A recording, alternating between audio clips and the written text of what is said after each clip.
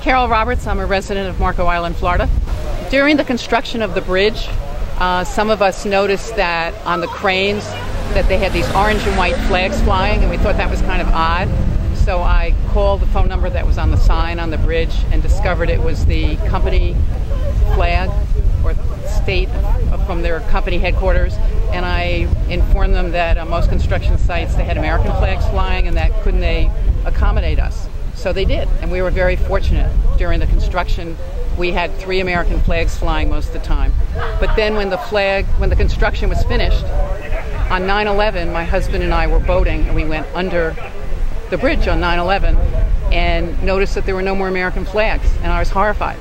So I called the same phone number, and it was the Florida Department of Transportation. They called me back the next day and said that unfortunately, if they had planned for it, maybe there could have been a flag, but the bridge was finished.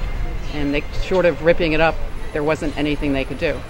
So I started calling elected officials like Donna Fiala. I called the press, just started calling anyone I could think of to say, gee, wasn't there something we could do? And a group of us got together and started talking about it. We formed a committee. Dave Rice became chair.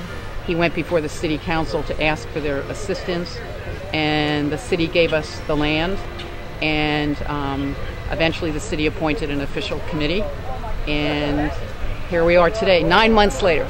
It's a labor of love for me. My 95-year-old father died last year. He was a very active veteran. I worked on fundraising for the Veterans Memorial here at the Veterans Memorial Park, and my father taught me to always have a flag flying at my home.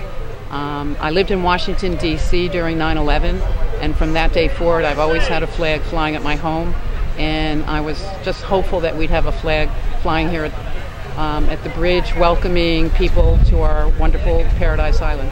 And I know my dad would be so excited today to see the flag. So.